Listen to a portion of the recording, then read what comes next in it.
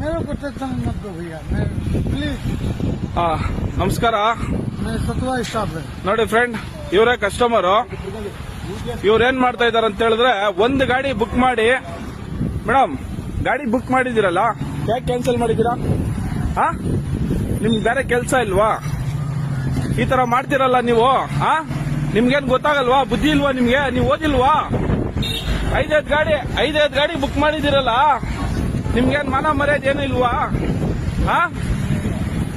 ಅಲ್ಲ, ಬುದ್ಧಿ ಐತೆ, ದುಡ್ಡು ಐತೆ ಅಂತ ದುರಂಗಾರ ಬೀಳ್ತಾ ಇದ್ದೀರಾ? ಹೇಳ್ರಿ, ನಾಲ್ಕು ಗಾಡಿ ಕರ್ಸಿದಿರಲ್ಲ, ಹೇಳ್ರಿ ಇವಾಗ. ಏನ್ ದುಡ್ಡಿದೆ ಅಂತ ದುರಂಗಾರನಾ?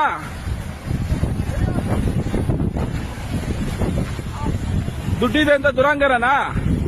ನಾಲ್ಕು ಗಾಡಿ, ಐದೈದು ಗಾಡಿ ಈ ತರ ಮಾಡಿ ನೀವು ನಾಲ್ಕು ಗಾಡಿ ಕರ್ಸಿದ್ದೀರಲ್ಲ, 5ನೇ ಗಾಡಿಯಲ್ಲಿ ಹೋಗ್ತಾ ಇದ್ದೀರಾ. ಏನಕ್ಕೆ ಅಷ್ಟು ಗಾಡಿ ಬುಕ್ ಮಾಡ್ತಾ ಇದ್ದೀರಾ?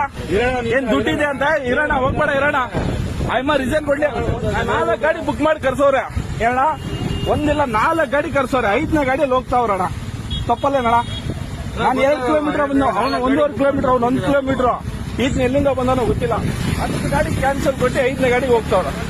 ಅದೇ ಕೇಳ್ತೇವೆ, ಉತ್ತರನೇ ಕೊಡ್ತಾ ಇಲ್ಲ. ನೋಡೋಣ, 2 ಕಿಲೋಮೀಟರ್ ಅಣ್ಣ, 30 ರೂಪಾಯಿ ಮನೇಲಿ ಮಕ್ಕಳಿಗೆ ಹಾಲು ಬರುತ್ತಣ. ಬಿಸ್ನೆಸ್ ಇಲ್ಲ, ಈ ತರ ಟೈಪ್.